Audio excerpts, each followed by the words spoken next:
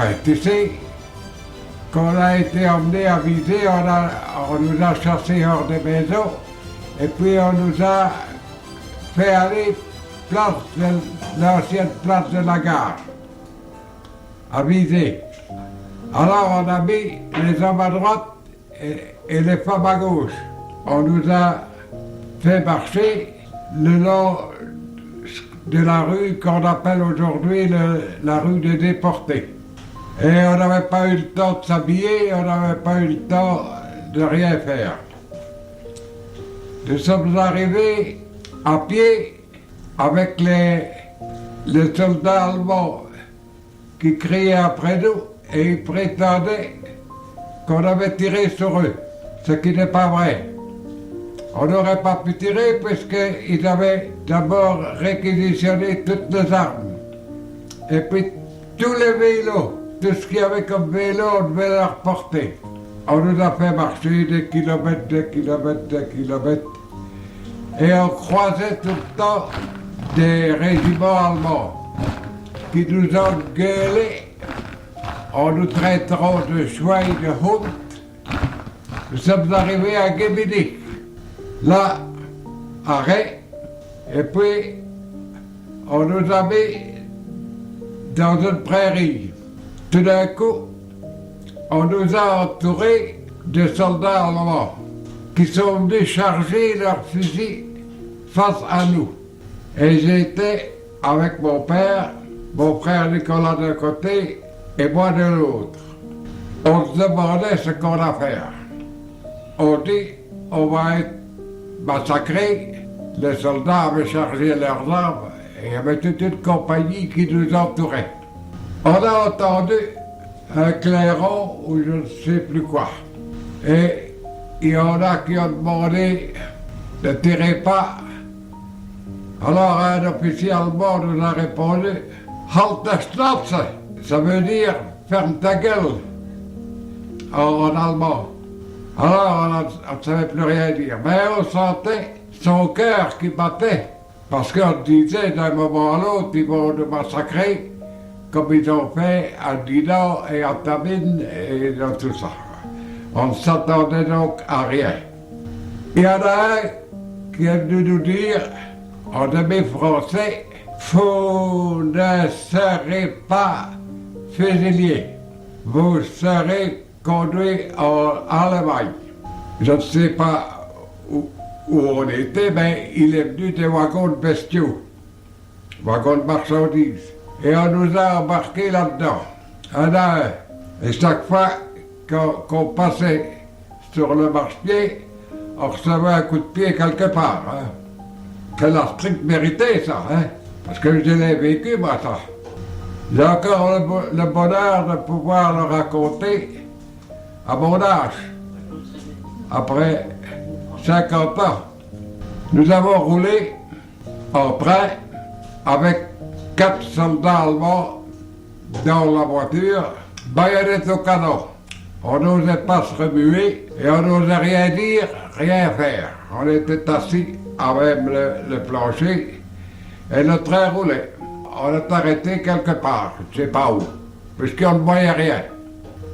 Alors il est entré des soldats allemands qui ont commencé à gueuler parce qu'ils nous prenaient pour des francs-tireurs.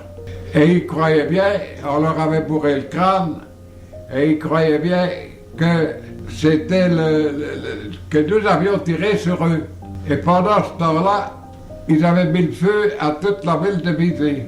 Et ils avaient d'abord pillé tout ce qui était dans les maisons, tout ce qui était valable. Nous autres, on ne savait rien du tout. Alors on a roulé pendant au moins 2 jours, sans boire ni manger. Et il y avait des femmes qui venaient ravitailler les soldats qui étaient dans le wagon avec nous. Et on demandait quelque chose, mais elles nous le refusaient carrément. Hein.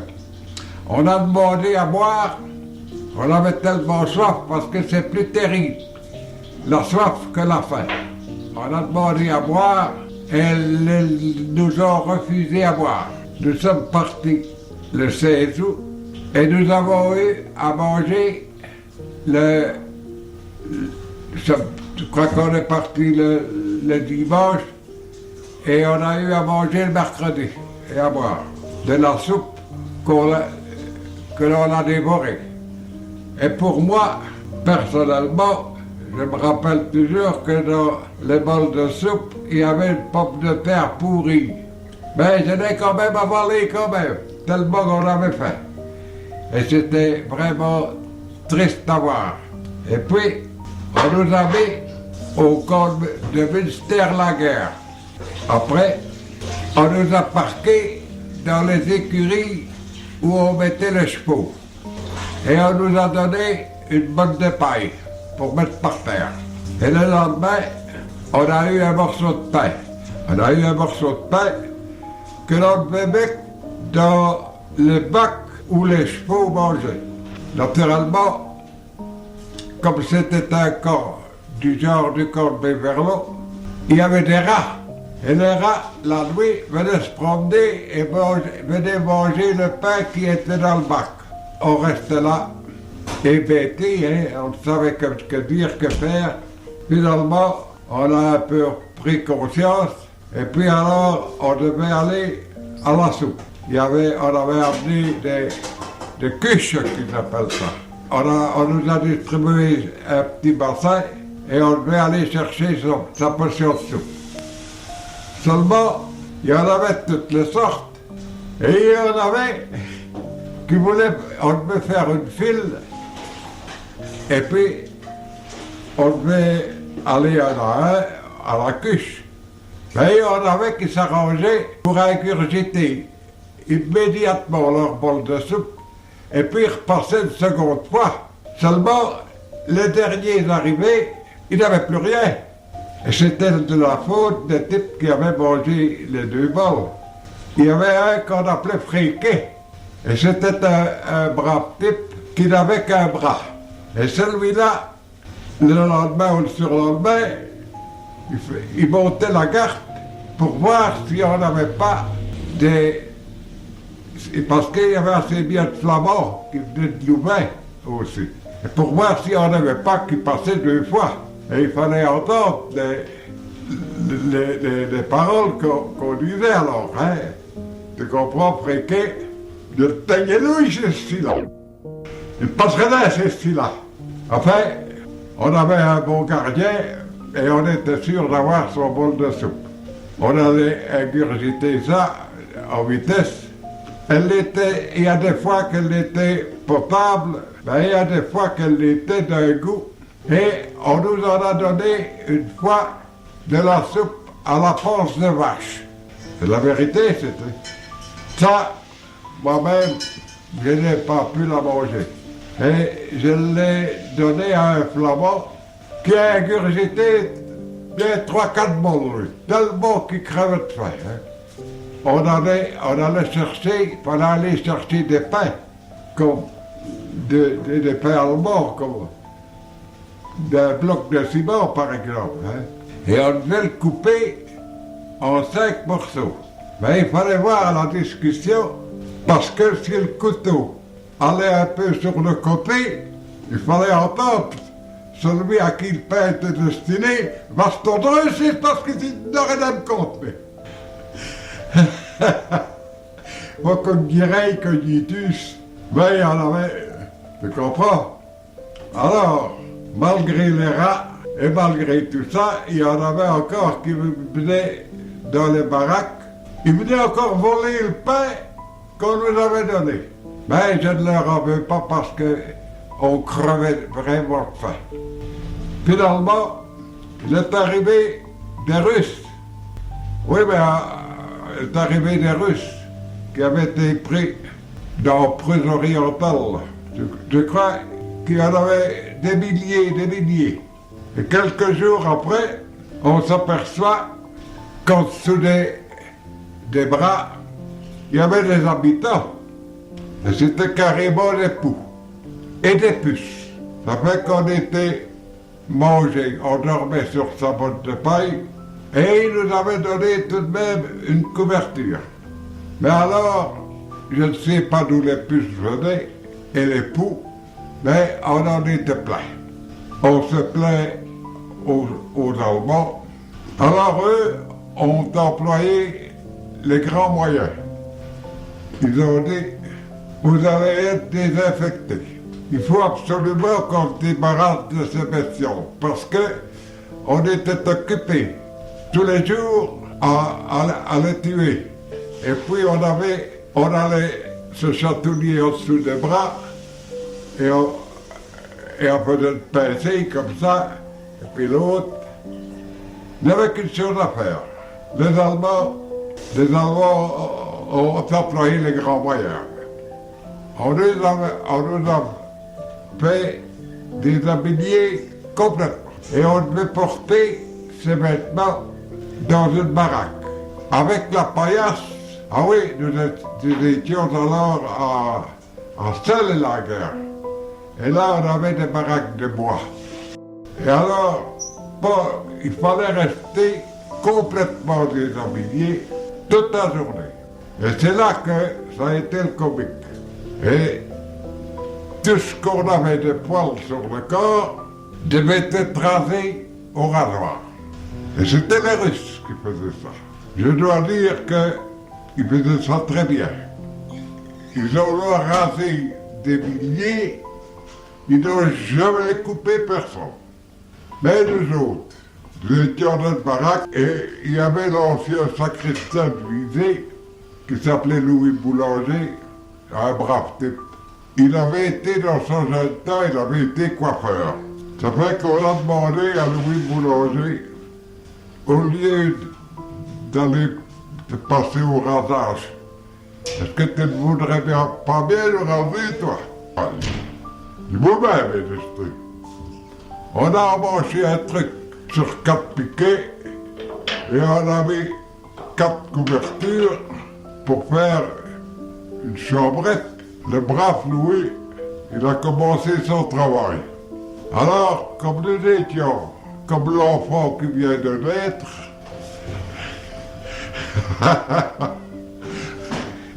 nous décorer cognitus. On a remercié le vieux Louis et nous sommes allés alors dans la chambre de rasage et il fallait passer l'inspection par les Russes. Il fallait qu'on y passe à tout prix. Mais quand on voyait qu'on était complètement épilé, eh bien, il se laissait passer alors. Et on était dans une baraque spéciale où on avait heureusement fait du feu et on pouvait un peu se réchauffer. Mais nous étions des centaines là-dedans. On faisait tout ce que tu peux imaginer de comique, hein. On faisait ce qu'on appelle maintenant du judo, seulement on n'avait rien pour cacher le nécessaire, hein. Alors naturellement, et on a visé qui était âgé, qui voyait ça par les jeunes. Et il y en avait qui disaient, le Stéphane Hauser, le pays d'affaires ici. Tu sais, mon parrain, qu'il a. Gloire pas de Dieu, il est tristan. Et on s'amusait. On prenait ça à la rigolade, tu comprends bien. Il fallait pas commencer à pleurer, mais les tioulons, on les laissait dans le coin, hein. Alors, on s'est rhabillé donc, et on a repris la vie de tous les jours. Alors, est venu la Noël. Mais pendant ce temps-là, on nous donnait des branches de sapin, parce que nous étions dans une forêt de sapins. Et puis, nous avions coupé des morceaux de bois, et je m'étais aperçu que les morceaux de bois donnaient un son. Avec les camarades et un camarade polonais qui était prisonnier avec les Russes, parce qu'ils avaient pris tous les étudiants russes qui étaient alliés. Mais c'était de chic types, alors on était très amis avec. Et nous avions embauché un xylophone, parce que j'avais accordé les morceaux de bois.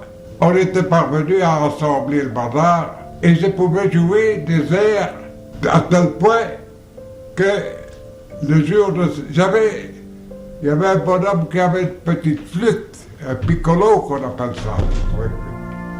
Et le jour de la Saint-Martin, nous étions dans la baraque et le jour de la fête de Saint-Martin, moi, qui est un arbalétrier, j'ai joué le réveil des rouges. À ce moment-là, il y a des vieux rouges qui étaient dans la baraque qui en ont pleuré, tellement ils avaient été émus. Mais je n'avais rien dit à personne. On m'a remercié. C'est très rare quand c'est un arbalétrier qui joue le réveil des arquebusiers. Hein. Voilà que je commence à jouer des airs sur le xylophone. Et voilà les Allemands, les soldats allemands qui nous gardaient, qui entendent ça. Et le jour de Noël, ils viennent m'appeler.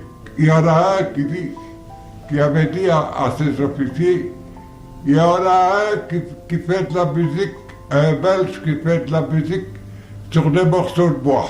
Et le lieutenant qui commandait la garde, il aurait bien voulu entendre ce que c'était. Alors ils sont venus me chercher. Ils m'ont conduit dans leur baraquement à eux, où personne n'osait aller. Et ils m'ont fait jouer la brabançonne et ils m'ont fait jouer la marseillaise. Alors je connaissais bien un chant allemand et je leur ai joué sur le xylophone aussi. Ils étaient tellement contents qu'ils m'ont donné un gros pain. Nous étions là, nous crevions de faim, et ils m'ont donné un gros pain d'au moins 3 kilos, que j'ai partagé avec mon père et Nicolas, et encore un camarade de l'autre après. Ben, nous avons pu manger en notre histoire. Encore une histoire de la Noël de 14. Et puis, on a commencé à se dégourdir un peu, et on a cherché s'il y avait des musiciens, il y avait des Russes, il y avait des Français, et il y avait des Belges. Et tout ce on a tâché de les ramasser ensemble, et on a fait un orchestre. Et puis alors, on a embauché un orchestre. J'ai pu écrire à ma mère qu'elle m'envoie ma flûte, mon instrument. Et elle me l'a envoyé et je l'ai reçu. Alors, j'avais composé des chansons et les Français avaient composé des chansons aussi. Et il y en avait un qui avait fait composer une chanson sur la paimpolaise de Botrel. Alors nous avons formé l'orchestre et nous donnions des concerts ici. Puis on a formé une troupe de théâtre où j'allais tous les jours au théâtre. J'étais à l'orchestre, hein, et on jouait des morceaux et nous avons joué. J'ai orchestré beaucoup de choses. Avec tout ça, on payait 10 pfennig d'entrée pour couvrir les frais. Parce qu'on avait fait de très beaux décors, il y avait de tout. Il y avait des tailleurs et il y avait des types, des Français qu'on habillait en femmes et elles faisaient les rôles de femmes. Quand on a fait des magnifiques décors par des artistes peintres. Hein. Et puis j'avais orchestré la musique de la petite Carmen. On avait fait un opéra sur Carmen et il y avait un zouave d'Alger là, qui faisait le rôle de Carmen. Et il faisait ça très bien. On a fait des concerts tout le temps. Enfin, j'ai été très applaudi parce que j'avais composé un solo. Puis alors, le temps s'est passé. Puis alors, j'ai vu partir mon père parce qu'on a rapatrié les anciens, les plus vieux. Et alors mon père est parti. Il ne voulait pas partir, il ne voulait pas nous laisser là, tout seul. Je le vois, je l'ai poussé dans les rangs et je lui ai dit, allez, papa, vous irez faire des compliments à Bam. Et alors, il est parti. Et alors, on a 6 mois après, on a rapatrié les mariés. Et Nicolas est revenu, mon frère Nicolas, est revenu avec les mariés. Moi, je n'étais pas marié. J'ai dû rester jusqu'à la fin. Puis alors, on nous a lâchés. Je comprends, on est revenu à viser, mais on n'avait pas vu viser en ruine, on n'avait rien vu du tout. Hein. Et on s'est regardé tout bête. On nous a débarqué à Quincampoix. Et on a dû revenir à pied jusqu'à viser. Mais on revenait de bon cœur. Parce qu'on avait pris le tram à Quincampoix. Oui. Et on demande un ticket pour pour la place Saint-Lambert. Et elle recevait en nous disant, quand nous aurons un nouvel pont de Zoch, le pont des Arches était sauté aussi, mais nous ne le savions pas, nous autres. Alors nous sommes débarqués là, et puis alors on a commencé à marcher jusque Visé. Alors on s'est regardé tout bête, comment Visé était arrangé. On ne reconnaissait plus les rues, on ne reconnaissait plus rien.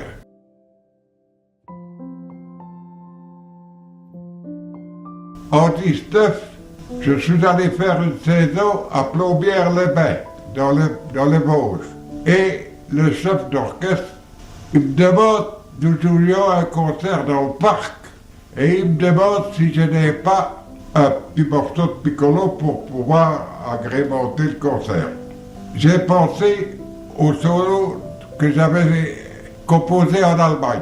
Et je l'ai joué avec un succès fou. Tout d'un coup, voilà un monsieur qui s'amène après le concert et il me dit « Est-ce que vous n'êtes pas allé en Allemagne, vous, monsieur ?» Je dis « Si. » Eh bien, moi, je vous ai entendu et j'ai reconnu le morceau que vous avez joué. Nous étions à Plombières-les-Bains, dans les Vosges. Ah, je dis « Ça me fait bien plaisir, mais seulement, il y avait tellement de prisonniers. Je crois qu'on était à 80 000 prisonniers, là. Hein. Il y en avait tellement qu'on ne les connaissait pas tous. Hein. Enfin, après c'est ça, il m'a présenté aux autorités. C'était l'instituteur de Plombières, qui était militaire. Et il m'a présenté au maire et au conseil communal, là. Et à ma chère épouse, qui veut absolument être à côté de moi, parce qu'elle se réjouit de me voir à la télévision, mais c'est comme ça, on la verra aussi. Et nous serons nous deux, et tu pourras garder un bon souvenir de nous deux. Bon, continue maintenant. Il n'y a rien qui presse, mais tu auras quand même le souvenir. Bon. Je n'ai pas pu entendre la fin de tout ce que tu as raconté, mais je suppose que malgré toute la bonne volonté, après autant d'années, et puis sur un sujet si étendu, puisque tu es resté 18 mois en Allemagne, tu n'aurais pas su tout dire, mais on aura quand même une impression de tout ce qui s'est passé là-bas, et puis ça sera un souvenir pour ceux qui resteront après nous.